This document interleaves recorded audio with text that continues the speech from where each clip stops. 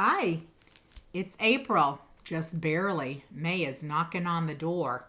I thought I'd better squeeze in some poetry before April scoots out of the way and lets May in. That would be a good poem to write, wouldn't it?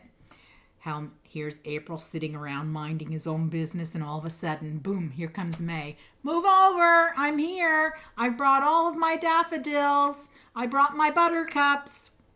Oh dear. That could be a good one. Somebody better write that.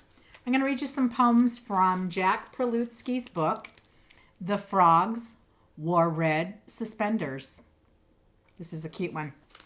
Petra Mathers is the author, is the illustrator, I'm sorry. Let's see, I'm going to start with that particular poem because I think it's adorable. The Frogs Wore Red Suspenders. The frogs wore red suspenders and the pigs wore purple vests as they sang to all the chickens and the ducks upon their nests. They croaked and oinked a serenade. The ducks and chickens sighed, then laid enormous spangled eggs and quacked and clucked with pride. Let me show you this. Let me get close so you can see. You see the frogs in their red suspenders?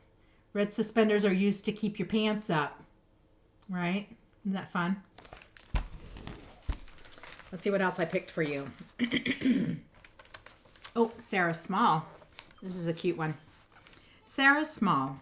In her garden, Sarah Small grows galoshes, short and tall. Shirts of yellow, hats of red, beautify her flower bed. Near pajamas, row on row, multicolored sweaters grow. Neckties flutter in the breeze underneath the mitten trees. Shoes of every shape and size blossom right before her eyes. Stocking vines adorn the wall, planted there by Sarah Small. That's cute. Do you know what galoshes are? They're like your rain boots. Some people use rain boots for gardening because you slip them on. You just put your feet in there. You go out and you slosh around in your muddy garden or your dirty garden. And then you come back in and you just walk right out of them. So galoshes are perfect for garden work. Let me show you this. This is cute.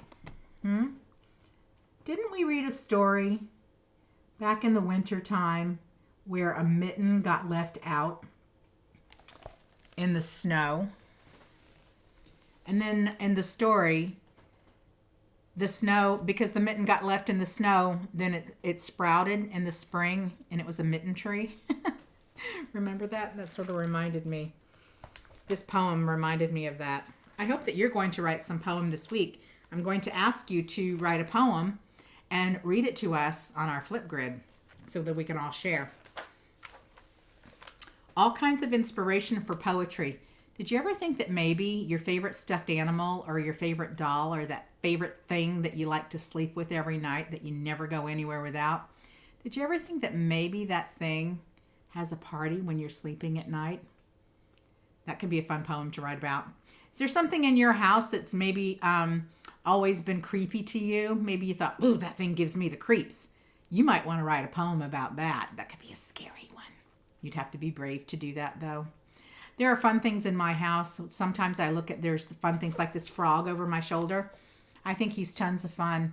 And I mean to write a poem about him. It's going to be a fun one, but I haven't done it yet. I should get on that before April's over with. This one's called One Old Owl. One old owl upon a tree high atop a hill watched the forest silently while the night was still. One old owl looked around while the moon was shining bright, flapped its wings without a sound, and flew into the night. That's a nice rhyming one. I like that. You know, poetry doesn't have to rhyme. It can, but it doesn't have to.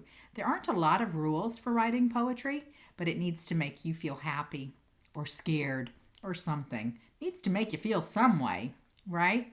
So I hope this week when you're writing your poem, you'll keep that in mind. Don't be too hard on yourself because it really doesn't have to have too many rules. Let's see what else I have for you. This is a nice one, and this should be some nice inspiration for you, okay? This one's called I'm a Little Brown Toad. I'm a little brown toad, and I live all alone. I hop, hop, hop from stone to stone to stone. I have a happy grin as I hop down the road, for I'm glad, glad, glad that I'm a little brown toad. Isn't that sweet and simple? That's a sweet and simple little thing. He looks quite happy. Let's see, I have one more for you. Picked out some of my favorites. You know, when I was telling you, poetry doesn't have to be complicated. Listen to how simple this is, but how sweet. Baby in a high chair. Baby in a high chair. Baby in a bib. Baby in a stroller. Baby in a crib. Baby with the giggles and baby with a smile. Such a lovely baby. Happy all the while. You see? Doesn't have to be complicated. It can be very simple. That one did rhyme. It was very sweet. So let's see what we're going to do this week with our flip grid. We're going to write a poem. We're going to have fun with it. You can even illustrate it if you want. That'd be great. And then we'll post them on the flip grid and we can share them. All right? Okay. I will see you next time. And I hope that you liked my book. Maybe you have some poetry books around your house that you could read something to get some inspiration. Jack Prelutsky writes all kinds of great stories, poems, and I'll bet you that you have a poetry book at your house.